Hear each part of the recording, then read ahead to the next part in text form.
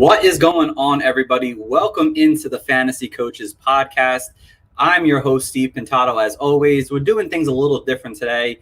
We're going to be introducing our people in, one at a time instead of us all kind of just being on the screen here. So today's episode is going to be about buy low and sell high for Dynasty. So as always, I'm going to introduce my co-host, Jabron Curtis. What's going on, Jib? What up, fam? Yo, it's good. It's Thursday, holiday weekend, vibing back there. You see Manchester City champions of the Premier League. Good vibes today. Good vibes. Absolutely, brother. It was good to have you on. We're not going to have you on for the whole show, but maybe we'll see what we can do today. So are you excited for this episode, man? I'm super ecstatic. I'm kind of mad that I had to leave early, but you know how wedding things go. So yeah, no, you got to get it done. Yeah, man, less than a year now. So let's bring in our guest for the day. I'm going to mess his last name up. Probably might not even say it today. So our guest today is Corey. What is going on, Corey? Hey, what's poppin', y'all? How's it going? Congrats on the marriage and stuff. Congrats on the sex eventually. Shout out to the Dolphins. Shout out Man U. It's happy to be here. What's poppin'? No shout outs to Man U. Oh, man. Corey, you bringing the hey, shout out Man U. Shout out Man U. All right, Corey. Well, before we get started for the day, let everyone know kind of what you're doing in the industry, what you're working on and whatnot. Yes. Corey Spala, Twitter. For those that don't know, run a show every Monday called Load the Wagon. It's a Madden franchise draft series. Guests come on, they draft the team, we simulate it. So naturally, fantasy football's baked into it, but we're there for the good vibes. Tuesdays, check out the Coming Off the Edge show with the Chaos crew over there, and then I sprinkle in a little bit of extra shows here and there. Thursdays, catch the Data Den on YouTube. Shout out Amr. You can catch that. It's more analytics based than anything. And other than that, we're just out here chilling, trying to be happy and all that stuff. Damn, Corey, you're doing a lot of stuff, man. Sure. I respect it, man. You're hitting the grind hard, man. I love it. Hey, check out that Madden thing. Overworked, underpaid, overstressed. That's just how life is, man. Until you make it to the top. That's right. Hell yeah. So I look like you're a little frozen on my screen here, but maybe we'll just keep going with the audio. There we go. Actually, two quick questions here. Who's your favorite football team, and how many fantasy leagues are you in?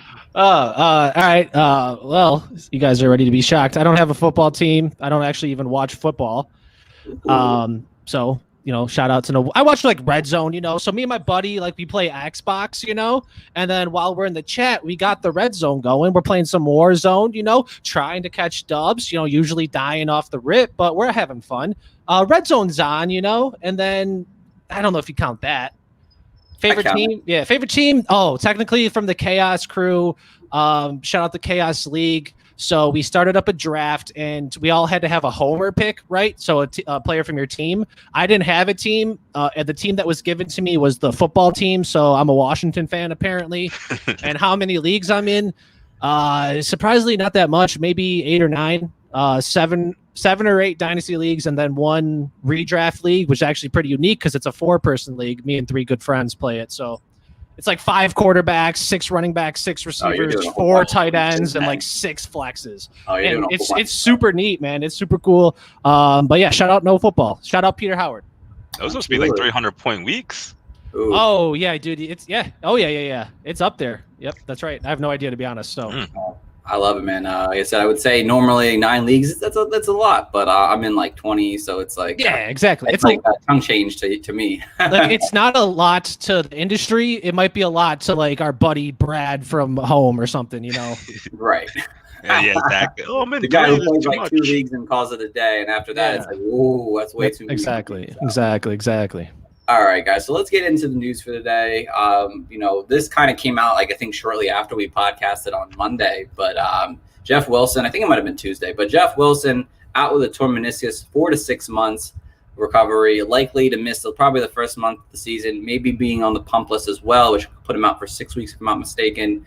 So how do you guys like this backfield now? Is there anyone that stands out now already that hasn't before? Corey, we'll let you go first. Well, I mean, hey, you guys have seen on Twitter, Trey Sermon. It's his time, right? Who knows? I mean, they probably have to cut 1 running back, right? So whether that's Mostert or Hasty, maybe Gallman since he's just signed. So it kind of just boils down to who gets cut, and then we'll kind of learn a little bit. As you touched, obviously he's going to start on the pup. Most likely, they're going to have 3 running backs: Sermon, Elijah Mitchell, 3rd and 6th round draft capital with Gallman, who we saw is capable over there with New York to handle some workload. And we all know Shanahan's zone run scheme is beneficial. Shanahan's on the record saying the lead back, there's no lead back. The lead back is whoever's just getting the ball the day of. So I don't know if people want to address this backfield more best ball-y, where you could stack those guys. But, I mean, my bet is on Sermon. He's not exceptional. He's not bad. He's just good, and he's the best good the 49ers have. Yeah, that's kind of the way to really put it when it comes to Sherman. It's the good of the okay good. Jibs, on to you, my friend.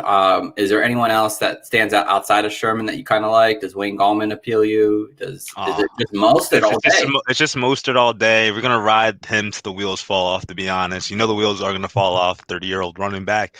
But for my God, when the guy's on the field, he's electric. So hopefully this year in 2021, the 49ers will have a better clean bill of health.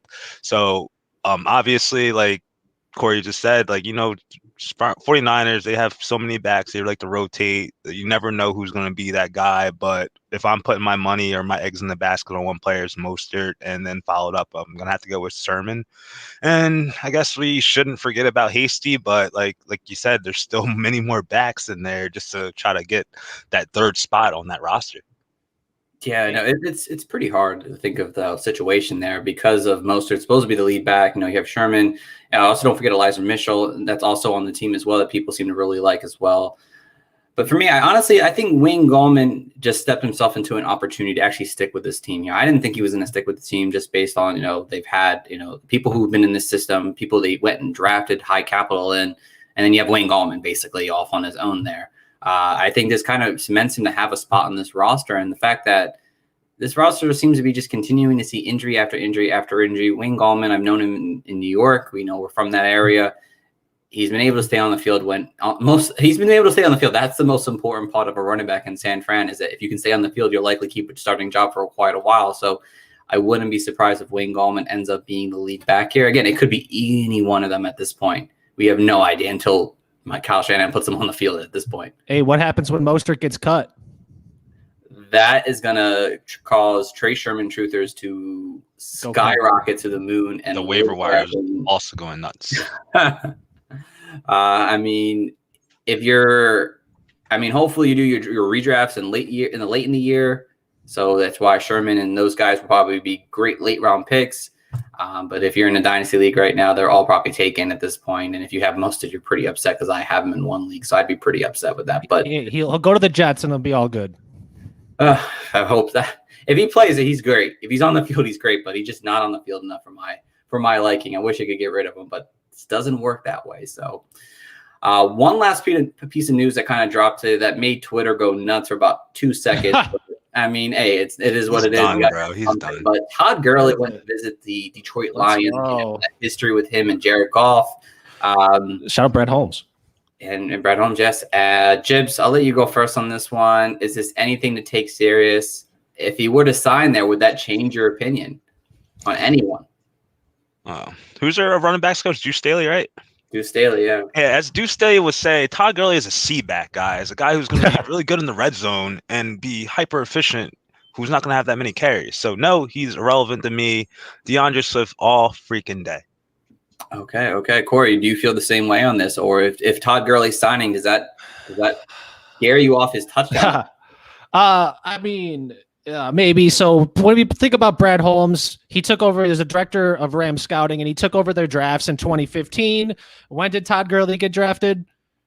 2015. And of course he was heavily involved with Goff. So bringing back the familiarity is cool. Maybe he might vulture a couple goal line touches, but a shout out to Jacob Sanderson, RDTB, some other like that on Twitter. He kind of noted that just Swift was way more efficient in the red zone on the goal line than Gurley was, because I think it was Swift had 17 goal line carries. Peterson had 21, and Swift converted more than Peterson, and of course Gurley. So, Gurley's coming in there, veteran running back, probably to help out. Well, if he gets signed, coming in to mentor Swift, maybe just provide, let's get 5 carries. Can I swear? Yeah. Oh shit, let's get 5 carries, 10 carries here and there. Maybe if you want to rest them, that one extra game, like the Lions, are they really going to win 3, 4, 5 games? I don't know, but I guess you play your best guys because then you want to save your job. To answer the question, no, I don't care about Gurley. Yeah, I'm right there with you guys. I mean, I think it's just more of a visit to give him like some credit. Hey, you were great back. Let's bring you in and see what you got. But I mean, I don't expect him to sign. If he were to, the only thing I could see him as being that kind of dangerous red zone guy. That's really it. That might take away of some Swift's upside in terms of touchdowns. But I mean, he's probably not going to sign. So this conversation is mostly just us talking real quick and bringing that alive real quick. You got to get the views and clicks. Clip it. Upload this clip. Exactly. So, all right. That's the news for the day, guys. Again, not too much going on right now. So let's get into our main topic. And like I said in the beginning of the show, we're doing buy low, sell highs, Dynasty edition during the, I would say, pre-training camp, real off season, basically, for these guys that are in there. So we're going to start with our buy low section here, guys. And the first buy low is for a buy low for a contending team. What could you offer to a contending team to buy low on now to help them win their championship? Jibs, you go first. Oh, I didn't get the list of everyone else's. So, Corey, if I take your player, sorry, my fault. You told me not to. I don't know who I was messaging on the coach's account. So, okay. All right. Yeah, then don't take my player. I got a couple, guys. It's all good. All right. So, I didn't really come up with a trade kind of value kind of thing, but if you're a contender team and you need a little bit of wide receiver help at a don't do it much. Who I got? I don't. OBJ. No, Robert Woods. Oh, that's my other guy. All right, go ahead. Okay. Bob Woods. I like it. Bob Woods. Sorry. So I got OBJ. You could kind of follow up on my points, but basically, he's basically a guy who's going to give you high-end wide receiver 2 numbers, and if you talk around your league mates and whatnot, like I'm pretty sure his value is probably more of a like low-end wide receiver 2. He's been giving you 3 straight years of finishing as a top 15 wide receiver in PPR leagues. Finished 13th, 14th, and 11th the last 3 years. He has a new quarterback, Matt Stafford, who's the actual quarterback who doesn't need to be babysitted by the coaching staff. So he'll make the right reads, utilize him well in the offense, not to mention the slight rushing appeal that he does have on the jet sweeps and all that good stuff. But the guy is a rock star. He's basically a 90 catch guy. He'll get you close to 1,000 yards and just let him roll out and be your wide receiver 3. If you're doing a 3 wide receiver league, maybe a nice little flex position. But for a contending team, I think he's a perfect guy to acquire because you're not going to pay like literally like get 2 bags to get like AJ Brown or one of these high-end dynasty assets. Would you give up would you as a contender give up a first round pick for Bob Woods? Are you asking me or I would. Someone, whoever. I was listening. I mean, why not? Well, there's a lot of why nots. I guess it depends. If you are a contender, it's going to be late, right? I mean, like you say, in the last 3 years, average finish of 12.67 at wide receiver. Shout out the dog. Targets 132.67 per season, 88.67 the last 3 years. And we can't even forget he's averaging 20 carries as well. If you get that extra couple points from a rush, maybe a touchdown if you get lucky. Yeah, why not? I mean, if you got the balls to pull it, I like to hold my first round picks. Maybe that's why I don't win a lot, but you know how it goes. No, that is a great one, Jim. I've always been a big Bob fan, believer, obviously. That's right. And clearly, obviously, he's going to see a upgrade in the quarterback position there. So that should definitely excel him to maybe there's not a next level to him, but to continue to stay at the level that he's already at, but maybe get a couple more touchdowns. I know that's always been his knock is the touchdowns per se, but that is a great option right there, Jibs. And Corey, my friend, over to you. Who is your buy low for a contender? Well, I said OBJ because I wanted Bobby to be my number one, but I have OBJ as well down here. And we know he has not played well with the Browns, but we also know that the talent is there. He hasn't seen like a game over 100 yards in like 16 games or so, but we know he will see opportunity. He's roughly getting around 8 targets a game with Cleveland. I think he came down from about 12 with New York, but 8 is still there. Baker's developing, and like he may not be a wide receiver 1, but we could probably bet on a wide receiver 2, maybe fringe wide receiver 1 potential if he sees some touchdowns. And we're like talking going back to the double-digit J's there with the Giants, which he probably won't see there in Cleveland. But I mean, if he could put together 70 receptions, 950 yards, 6 touchdowns, like you're going to be happy that you bought low as a contender. So like shout out to DTC, that's Dynasty Trade Calculator. Right now he's valued at like in your typical Superflex tight end premium league, it was like 12.6 or 12.7 or something. And like the 2.01 is like a 10.8 or something. So, I mean, if he's like that, like you could take OBJ or maybe take a shot at Elijah Mitchell, maybe Bateman's there, which may behoove you, but like, I don't know. I mean, we're talking about buying low. Maybe he's a good option. Why not, you know? Yeah, no, like that's definitely a good point there. I mean, yeah, it's a run first team, but again, he's probably going to be the number one target still, no matter what. I mean, if you can buy low on him for a second and maybe a young player that you may not be that fully invested in, I mean, OBJ is going to probably see close to 100 targets, and you don't really get that from a lot of wide receivers that you could probably buy low on that. So, Corey, I love that one there a lot. I don't hate that one whatsoever. I mean, I kind of do. I mean, it's OBJ, you know. Kind of forgot you played. Right. Hey, you know, he saw like what, 44 targets in like the 6 games or something. So extrapolate that, do the math. I have no idea what it is, but it's probably over 100. Yeah, I would say it's relatively close to 100, especially I think they started passing a little bit more at the end of the season here. Baker's doing well. Shout out Baker. Yeah, Baker ended up throwing for more in the second half of the season, so I'm sure OBJ would have benefited a lot from that. We wouldn't be talking him as a buy low right now. New offensive coordinator and Stefanski.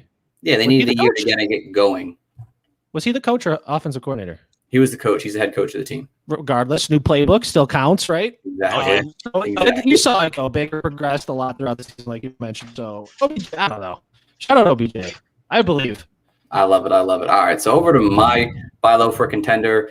I went with Dante Johnson. I know we mentioned him kind of on this episode this past week, but I have to bring it up once again, guys, because he's just being so undervalued in Dynasty right now because of, you know, the two other wide receivers there. Big Ben's old. What's his outlook like after this season? Don't worry about that. Contender.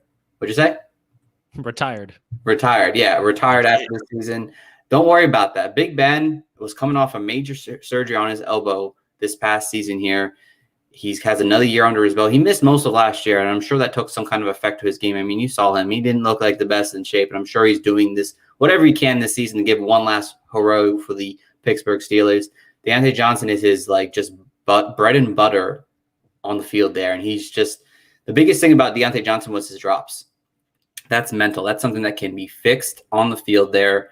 And again, he was wide receiver 5 down the stretch last year against some pretty tough teams. I know I mentioned that already early this week, but it's true. And they're going to be probably throwing the ball a ton still. I don't care if Najee Harris is there.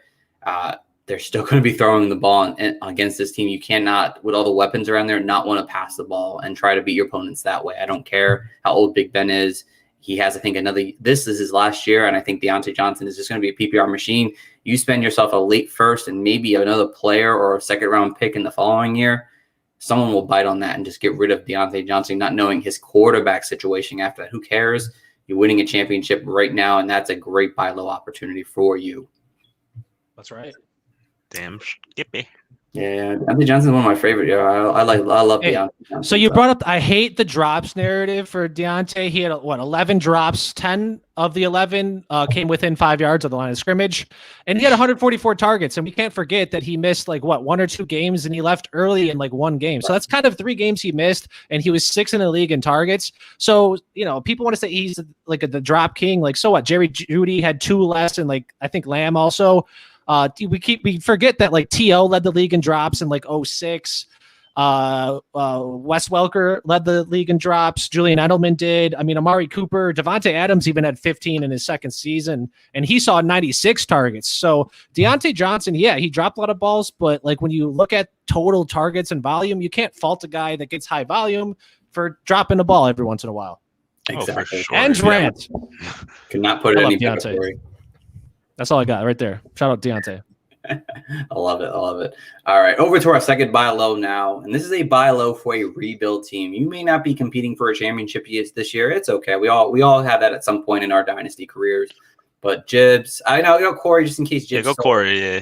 Let's Corey, go. All right. Rebuild a buy low guy. So I put this guy here just because you guys have Dynasty rebuild buy low, but this could be also for a contender. I'm going Tua Tagovailoa, and obviously we're specifically talking Superflex League. Shout out to the Dolphins right there. I mean, let's look at him. Tua finished 5th in the NFL in catchable passes, and only one of his final 5 games, he saw his catchable percentage below 80%. So, like, let's look at no huddle situations. His rating, he was 8th. Yards per attempt, 5th. Completion percentage, 8th. And interceptions, he tied for 1st with 0. All right, let's look at the fourth quarter. Rating, 8th. Yards per attempt, 15th. Like, all right, whatever. Completion percentage, 2nd. And then let's look at this. Tua had a higher fourth quarter passing rating than guys like Rodgers, Burrow, Wilson, Mayfield, and of course Herbert. So obviously Tua's stats, they're like, it's from a smaller sample size. You know, he only started 9 games. He came in for like the 2 throws against whatever team that was. So let's not count that one. I believe this season we will see a difference between rehabbing a career-threatening injury and then having adequate time to work with receivers and also work on strengthening. And that's evident when you look back at his 2020 training camp photo and the current photos that he's putting out. So Tua falls for a bye for everyone. I just needed to address a rebuild there. So I don't know, send off Rodgers for Tua and some additional draft capital or maybe like a young player. I don't know. Get Tua. You might be my new best friend now. That's right. Let's go. Tua. Love Tua. I'm on board with everything you're saying. I've been telling people that's what you have to hear right now. And if you want to go out and get Tua, there is your reason to get Tua right now.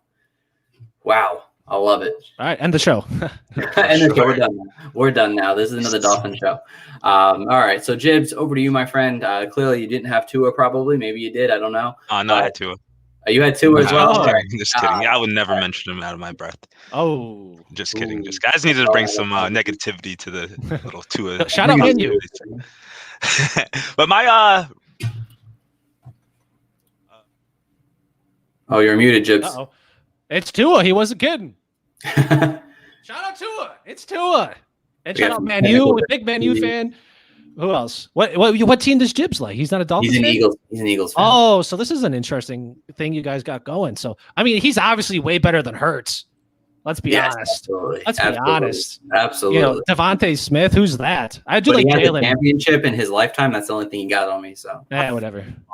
But my buy low for the rebuilding team is Juju Smith-Schuster. Nice. And that's not the most glorious name, but his future is bright. He's only 24 years old.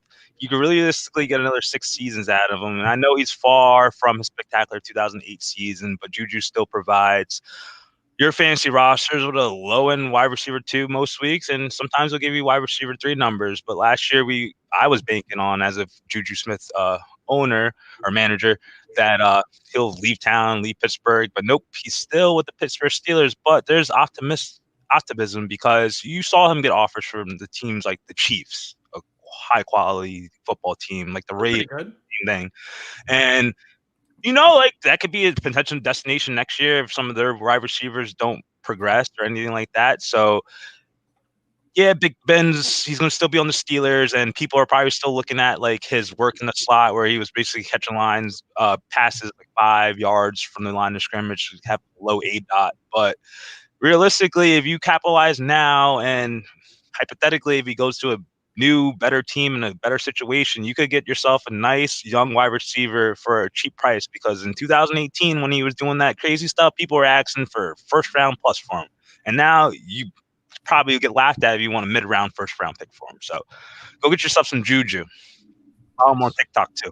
I like that one. You want that beat? Juju. I like it. We both came up with a Steelers wide receiver. I like that a lot there, Jibs. That's why that's why we do this. Thank you.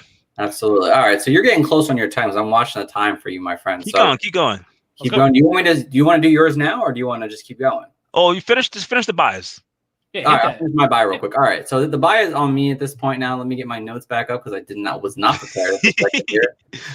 So where am I at? Okay. So my buy, and I had Deshaun Watson. I told you guys all Deshaun Watson, but his recent news kind of had me change that a little bit right now because his disposition is not until next year. So I changed it. And I went with A.J. Dillon, another guy who I really liked. A.J. Dillon, yes, everyone knows that Aaron Jones got re-signed there. Boo-hoo, yes, that really sucks. But, again, when you saw him have the starting workload, he did really well. And Aaron Jones has been known at times to miss games that we saw over the seasons. Why Jamal Williams has been relevant is that he has missed games. So I think at some point, A.J. Dillon's going to see an opportunity. And I think it's not going to be all Aaron Jones. It's going to be the A.J. Dillon train as well a little bit here. It's not going to be just Jones rushing for 250 by himself. I think it's going to be a bit of a mix, and people aren't realizing that. And the one thing I want to kind of compare him to is that he's a powerful runner who can run over defenders. He's good at pass protection. And the one thing I don't want to compare him to Derrick Henry per se, because Derrick Henry is a beast on his own. But if you look at his numbers, Matt LaFleur worked with Derrick Henry for one season, or at least the season before he became the head coach of the Green Bay Packers. And then what happened the following season? A.J. Dillon got drafted by him in the second round. That's where Derrick Henry was drafted overall. And look at their college numbers, very similar to some extent here. I mean, A.J. Dillon had another season over Derrick Henry. But again, they're very similar. Besides Derrick Henry being 3 inches taller, they have a very similar running style. And I think at some point, Matt LaFleur was like, I got to get this guy on the field. But again, you want to keep Aaron Rodgers happy. And obviously, Aaron Jones kept Aaron Rodgers happy to keep him in town here.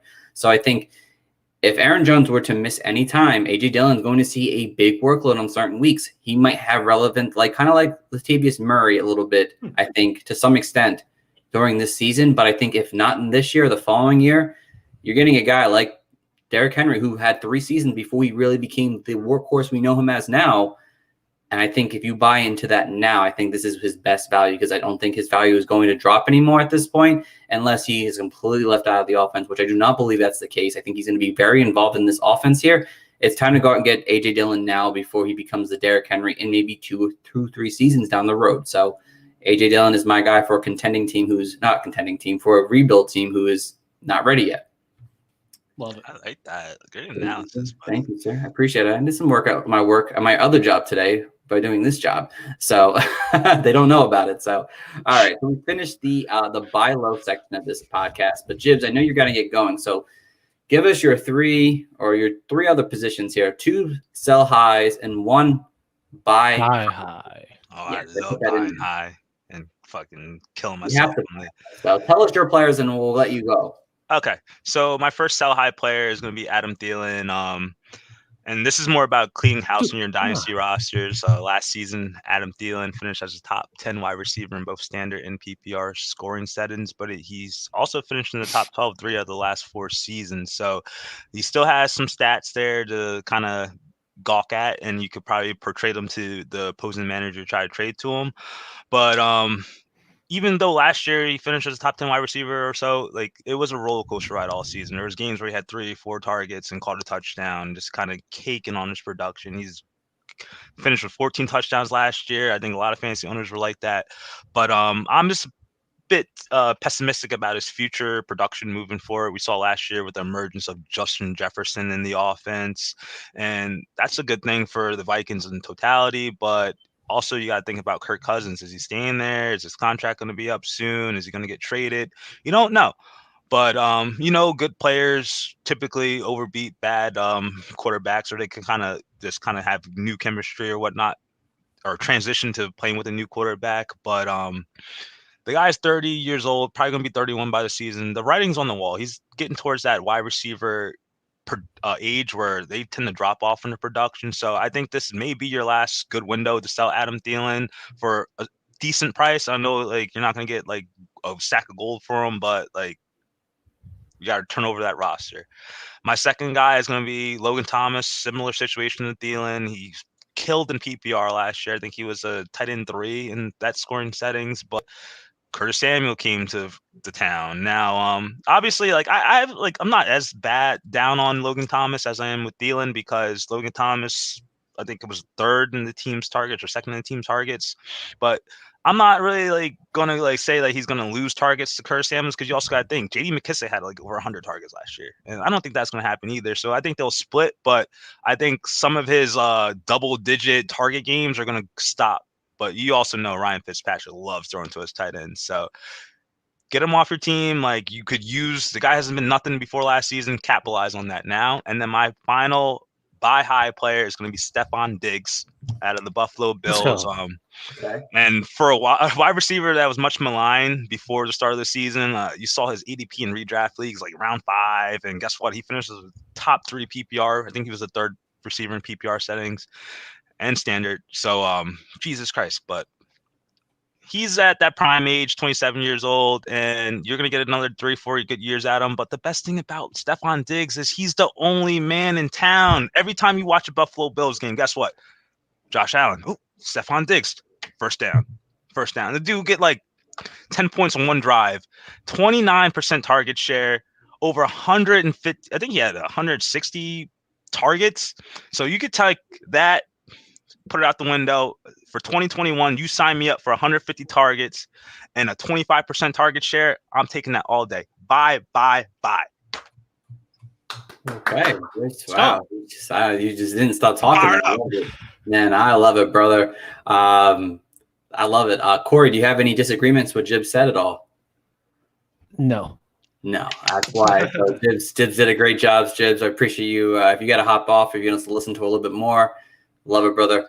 Yeah, I honestly can't disagree. Thielen, Logan Thomas, definitely a good time to sell high if you want to get the best value right now for him. And I mean, why would you not want Stephon Diggs attached to this high power passing offense and Josh Allen that we've seen now?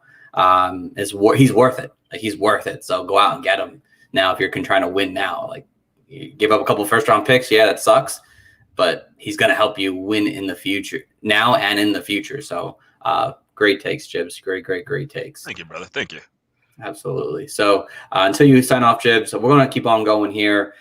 Corey, we're going to get back to you now, my friend, because you've been a little quiet now. So we're going to the sell highs, guys, and there's no like contender, rebuilding on this. It's just two people you want to sell high on. So your first person, Corey, who is that guy? Hall of Famer Kyle Pitts. I'm just joking. Jokes aside, I mean, literally right now with the market, like Russell Gage for any Falcons wide receiver. Shout out to Jeff. So like I said, any Falcons wide receiver, if people really want to pay up and like bite on the fact that like someone's got to step up, and I'm talking pay up, so you're selling high. So obviously keep Gage if someone's offering a third, but again, Julio, he's not going to be traded until after June 1st. This is due to the post-June 1st salary dead cap. It will go down $17.3 million for the Falcons.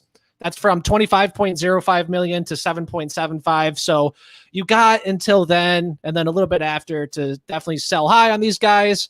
But, you probably are asking more generally. So for the overall offseason and selling high, I need hold on, pause, take two. For the overall offseason and selling high, like an elite running back would behoove a team that could benefit, like, obviously selling CMC.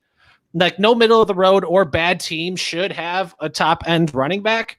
And again, in your typical Superflex 12 team tight end Premier League, again, shout out to Dynasty Trade Calculator. CMC's being valued at like 51.0. These are just values. So Ayuk 2022 first, 2023 first is right around that ballpark. And let's say you're still drafting your 2021 rookie draft. Judy, the 1.07 and a 2022 first is like right there, spot on at value 51.0. Just side note, I actually prefer the 2023 first over 2022, but this is just a little exercise here about selling high, so you guys get it. You guys understand what I'm getting at. Derrick Henry has been an obvious sell since last year, and this offseason may be the last stab at a higher value return. And like, if you don't want to say running backs don't play into their late 20s, like don't pick Todd Gurley and David Johnson as examples to counter. Don't pick the guy with arthritis in his knees and a guy who had one good season. So let's not talk about running backs and selling at peak value for running backs. It's been talked about for years right now. So maybe sell high on a Kittle. Like, obviously Kittle's solid, but was that your guy? Mm-hmm.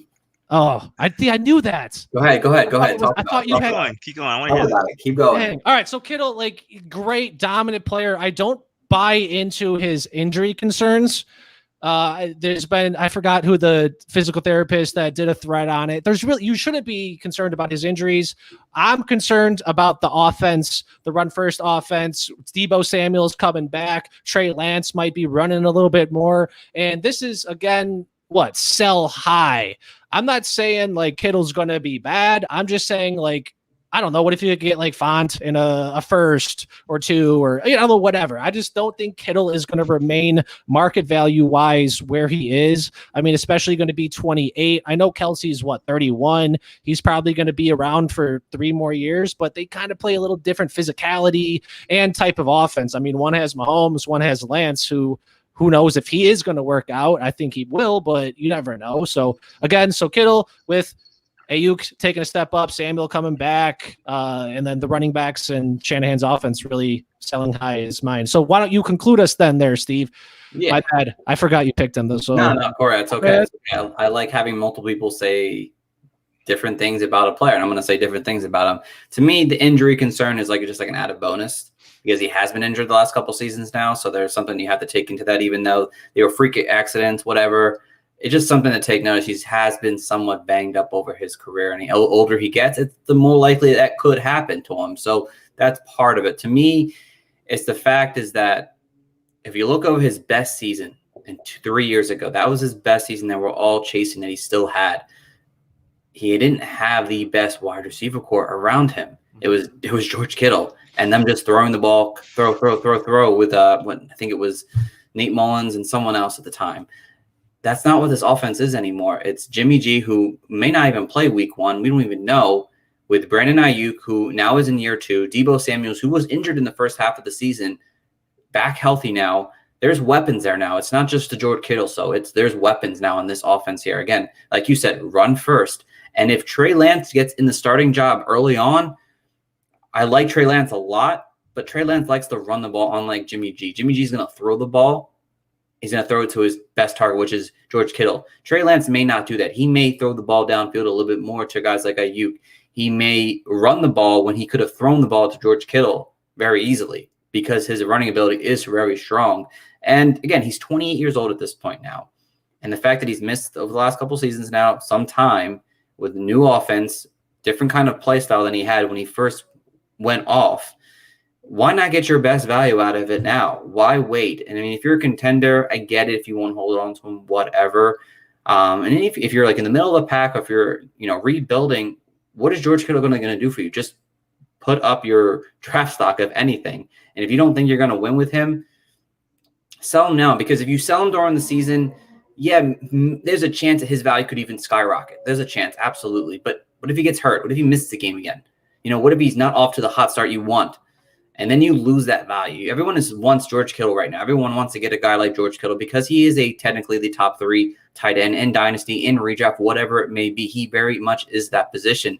But is he going to keep that up for his career? Do you believe in the offense to be high-power passing offense? No, I don't. It's a Kyle Shanahan run first with a possible scrambling quarterback now. It's again, if you want to hold on to him, I get it. Again, you don't have to trade him. We're just telling you this is the best value for him right now, I think, to go out and sell him if you want to get the most for your buck. And that's kind of what me and Corey are both saying at this point. Jibs. And before I go, I just want to say, basically, tight ends are a very scarce position. So obviously, if you have a top 3 asset in Kittle, you should just maximize that. I get all the points. There's more competition for targets. There's a quarterback change. There's injury history.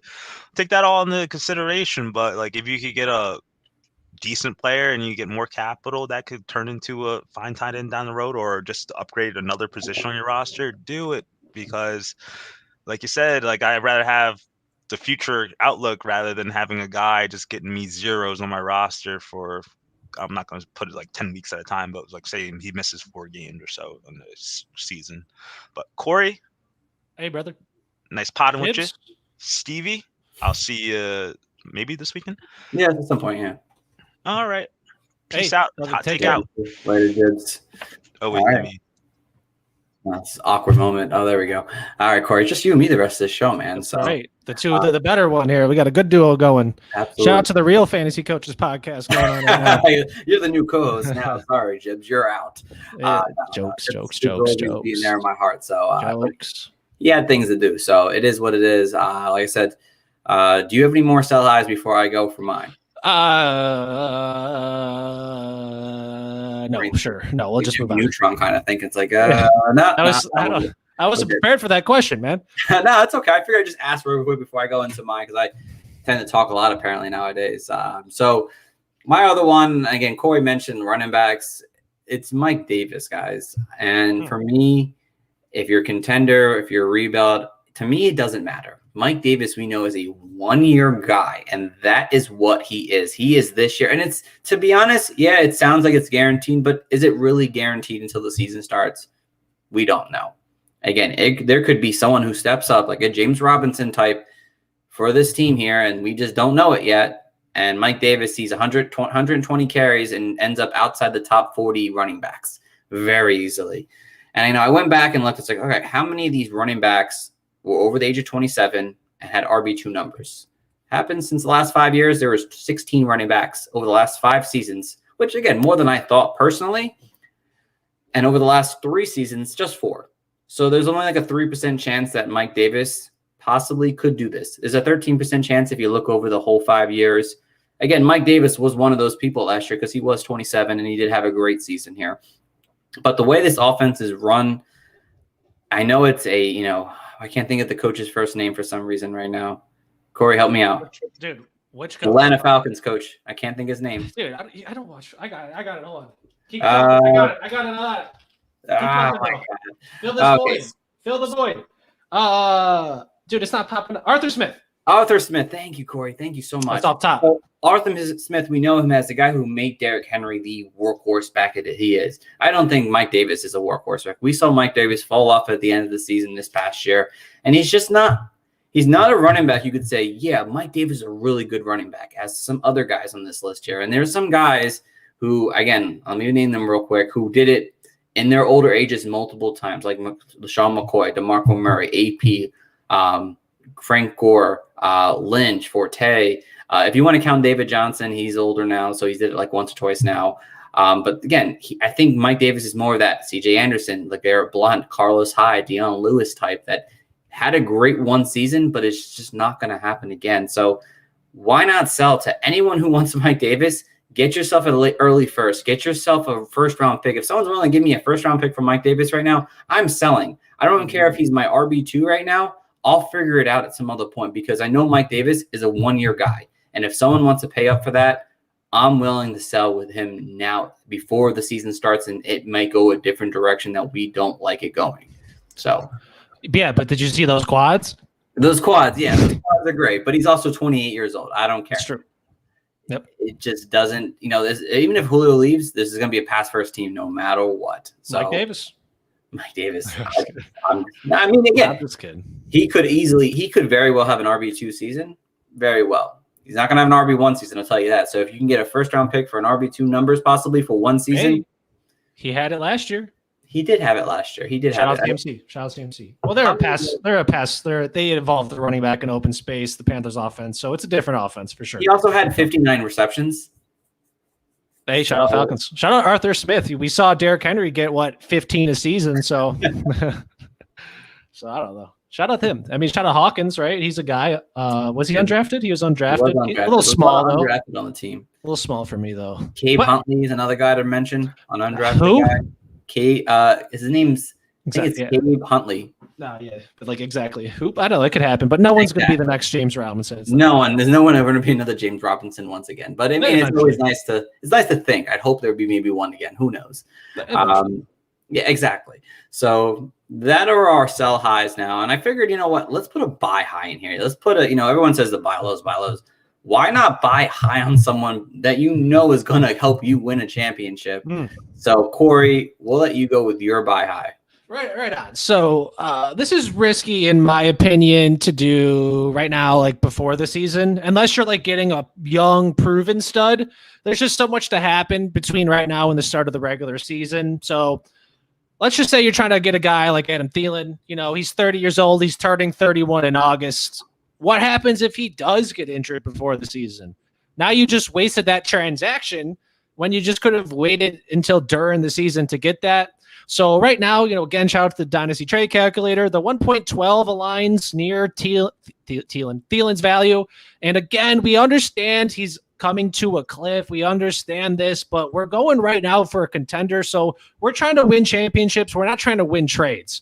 So I would say Adam Thielen, but I'm not comfortable making a trade for him right now. Like I said, if you can land a proven young stud, then for sure make the trade.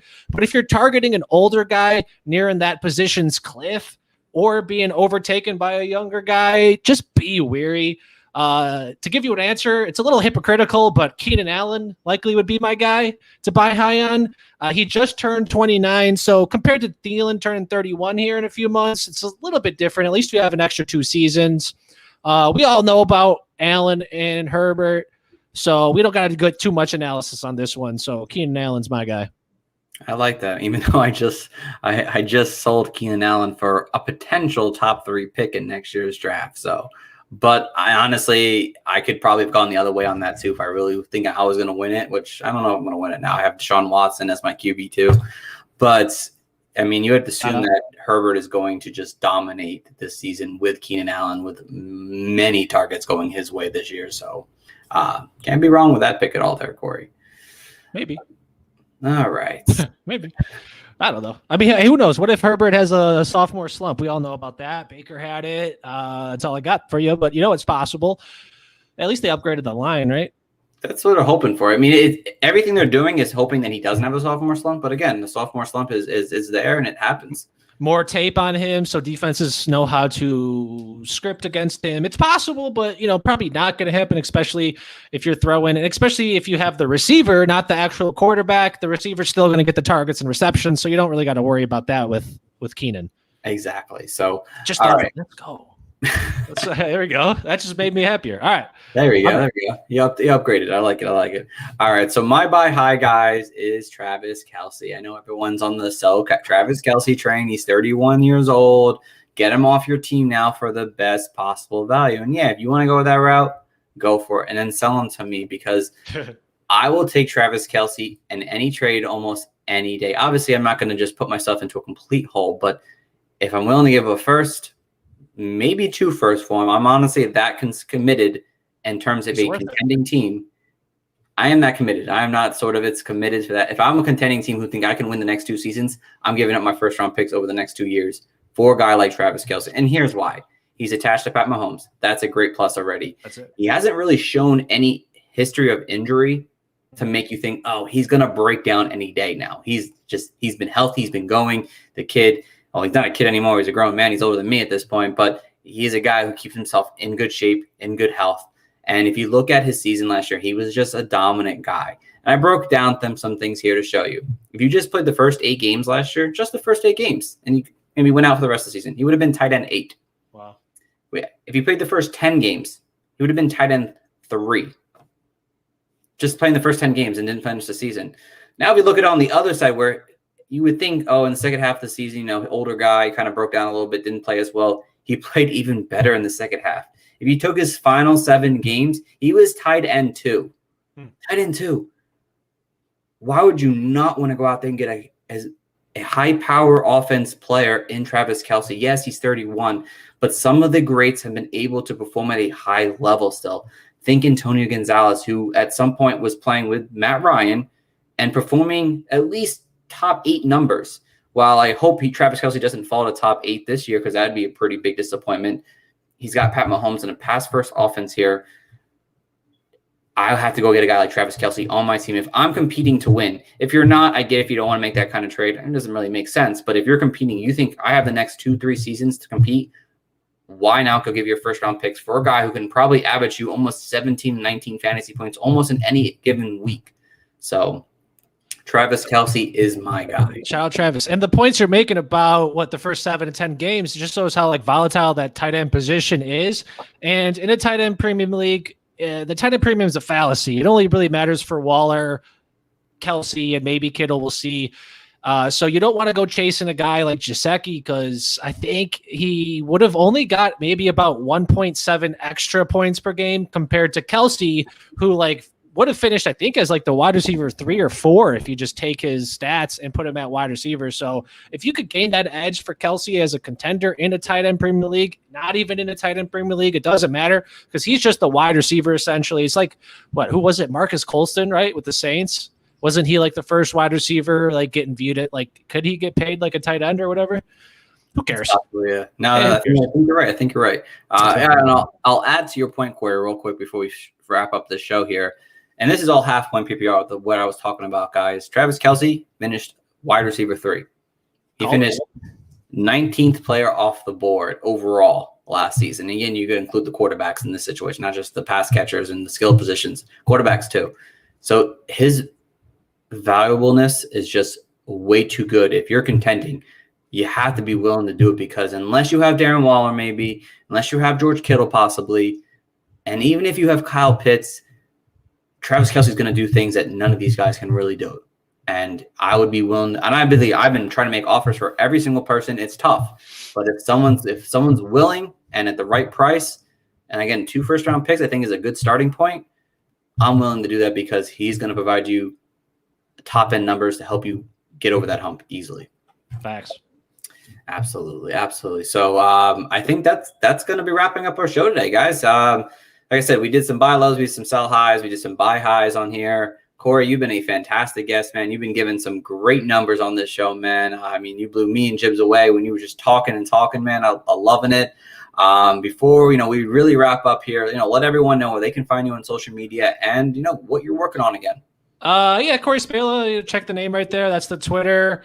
Working on, you heard it, the Load the Wagon show, the Coming Off the Edge show, the Data Den, and I don't know, youtube.com/the checklist. Sell your AMC stock, get your profit, buy back in when the inevitable dip happens, and profit again whenever that happens. Everyone, make sure to take care of your mentals, drink some water, eat your vegetables, go on a little walk, get some sunshine, and just remember to be happy and love everyone else. So thank you guys. Jibs, shout out to Jibs, shout out to you, Steve. Appreciate you guys having me on. It was a blast. Hope episode 138 here was the best episode ever. Oh, you definitely believe it. Don't tell any of the guests, but absolutely, Corey, you gave the great work there. And guys, as always, thank you for listening in. We just try to do this to help you guys win championships, whether it's Dynasty, whether it's redraft. We're actually getting close to switching over to redraft now. We have a big month of June that we're going to announce some cool things. So we'll wait until June starts, but we have a cool June coming up here. And as always, please go check out our website at www.thefantasycoaches.com. We got some great articles that our writers are writing for us. We got our rankings up there, a couple other things that are going on. So check those out as well. And as always, you can follow the podcast on Twitter at Coaches Fantasy. You can follow me at Coach Stephen P. And you can follow Coach Jibs at Hot Take Honcho. So we appreciate you guys for listening in tonight. Take care until next Thursday. And have a great one, guys. Hey, Thirsty Thursday. Shout out Troy King. Troy King.